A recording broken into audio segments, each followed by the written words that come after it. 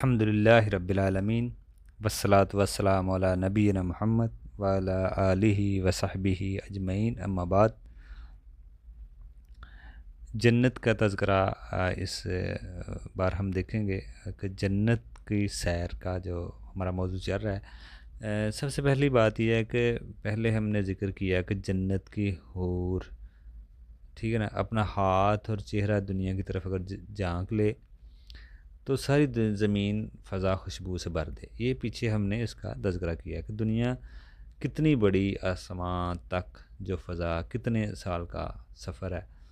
تو اگر دنیا میں کوئی عورت جنت کی جس طرح جھانک لے، خوشبو سے بھر دے اور روشن کر دے، یہ کتنی اللہ نے جنت میں نعمتیں رکھی ہیں انسانوں کے لیے جو نیک اور متقین ہیں، پرہیزگار ہیں۔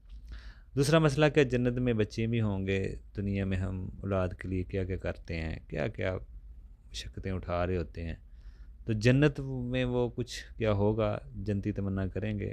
بلکہ اگر کوئی کھیتی باڑی کی بھی تمنا کرے گا تو وہ بھی کر سکتا ہے اپنے شوق سے، ضرورت نہیں ہے لیکن کر سکنا چاہے تو کر سکتا ہے۔ اور اگر بچے کی وہ تمنا کریں گے تو ایک ہی ٹائم پہ سارا کام ہو جائے گا، چاہے بیٹے اولاد کا مسئلہ ہو کیوں نہ ہو، ایک ہی ٹائم پہ سارا ہو جائے گا۔ اسی طرح جنتی غلط تمنا نہیں کریں گے کیونکہ وہ پاکیزہ لوگوں کی جگہ ہے، اور اگر جنتی بچے کی تمنا کریں گے تو فوری بچہ پیدا ہو جائے گا حمل کے ساتھ، اور اگر جنتی جس عمر کا بچہ پسند کریں گے اسی عمر میں بچہ رہے گا۔ دوسرا، جنتی کوئی غلط بات نہیں کہیں گے، نہ سنیں گے، بلکہ سلامتی کا پیغام دیں گے، بلکہ دنیا کے تذکرے کریں گے جو نیک کام وہ کرتے رہے ہیں۔ دوسرا، جنتیوں کی جو دیکھیں جنت کی جو ہوس ہے نا، جنت میں جنتیوں کی جو ہوس ہے جنت میں ختم ہو جائے گی۔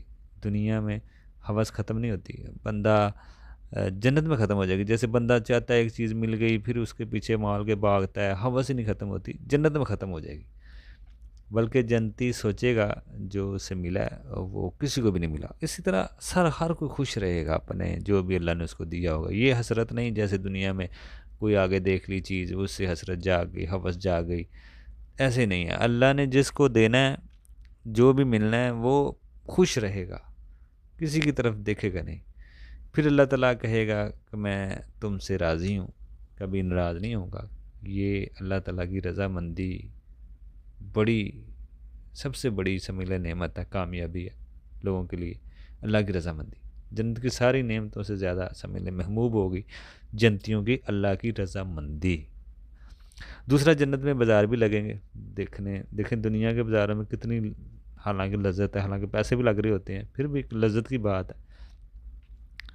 تو وہاں پہ بھی جمعے کے دن بازار لگیں گے، کرنسی کی ضرورت نہیں ہوگی، وہاں پہ خالص چیزیں ملیں گی۔ دنیا میں دیکھیں خالص چیزیں ملتی نہیں، آپ جتنی مرضی کوشش کر لیں، کوئی آج کل خالص چیز مل ہی نہیں رہی۔ جیسے جنت میں تذکرہ آیا دودھ کی نہر، شہد کی نہر، تو نہ تو آپ کو دودھ شہد خالص ملے گا، نہ ہی دودھ خالص ملتا ہے۔ تو وہاں پہ خالص چیزیں ملیں گی۔ اللہ تعالیٰ کی دیدار ہوگا جنتیوں کو، آنکھوں کی لذت، ٹھیک ہے نا۔ جیسے دنیا میں بھی ہم دیکھتے ہیں کوئی منظر وغیرہ تو شکل و صورت ہی کیوں نہ ہو کسی کی، تو ہم ساری چیزیں جو بھی دیکھتے ہیں وہ ہم اس کو بڑا اچھے طریقے سے خوش ہوتے ہیں، لذت محسوس کرتے ہیں۔ تو اللہ تعالیٰ کی دیدار جنت والوں کے لیے لذت کی بات ہے۔ جس نے دنیا بنائی، بڑی بڑی خوبصورت لوگ بنائے، چیزیں بنائی، وہ خود کتنا خوبصورت ہوگا اور اس کو دیکھنے کی کیا لذت ہوگی، اور اس لیے جہنم والوں کو اس لذت سے محروم رکھا جائے گا۔ یہ بھی بڑا عذاب کی بات ہے جہنمی کے لیے۔ کتنی بڑی یہ بدبختی ان کے لیے ہوگی کہ وہ اپنے مالک کو، بنانے والے کو ہی نہ دیکھ سکیں۔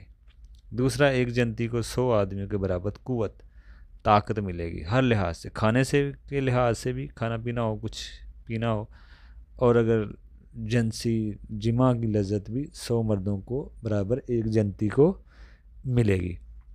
دوسرا، ایک جنتی کو اللہ تعالیٰ کو دیکھنے کی جو لذت ہے، جنتی کو جنت کی ہر نعمت بھول جائے گی۔ جب جنتی اللہ ساری نعمتیں دیکھیں گے، پھر اللہ تعالیٰ کی کو دیکھنے کی جو ان کی لذت ہوگی، جنت کی جتنی بھی نعمتیں ہوں گی وہ بھول جائیں گے، ساری نعمتیں اللہ کو دیکھتے ہی، ٹھیک ہے نا؟ تو یہ اللہ جنت کی نعمتیں ہیں، اللہ کے دیدار سب سے بڑی، اللہ کی جو نعمت ہے اللہ کے دیدار، یہ بھی اللہ ہمیں دعا کرنی چاہیے اپنے بنانے والے کو دیکھیں، جنتی دیکھیں گے اپنے اپنے عملوں کے حساب سے۔ تو اسی طرح دوسرا مسئلہ کہ جنت میں پرندے جانور بھی ہوں گے، لیکن ان سے گندگی نہیں نکلے گی، جیسے پاک صاف ہوں گے جیسے دنیا میں ہم دیکھتے ہیں جانوروں میں گندگی ہوتی ہے، پیشاب پخانہ، جہاں پہ جا رہے ہیں گندگی پھیلا رہے ہیں، یہ وہاں پہ نہیں، گندگی والا مسئلہ نہیں ہوگا، پاک صاف ہوں گے۔ تو اسی طرح ہم جنت میں کب تک رہیں گے، یہ سوال بھی آتا ہے، یہ ہم آگے والے پارٹ میں ہم دیکھیں گے کہ جنت میں ہم کب تک رہیں گے، کیا اس میں، تو اس لیے وہ کون سے بدقسمت لوگ ہیں جن پر جنت حرام ہے، یہ سارا ہم آگے والے پارٹ میں تذکرہ کریں گے۔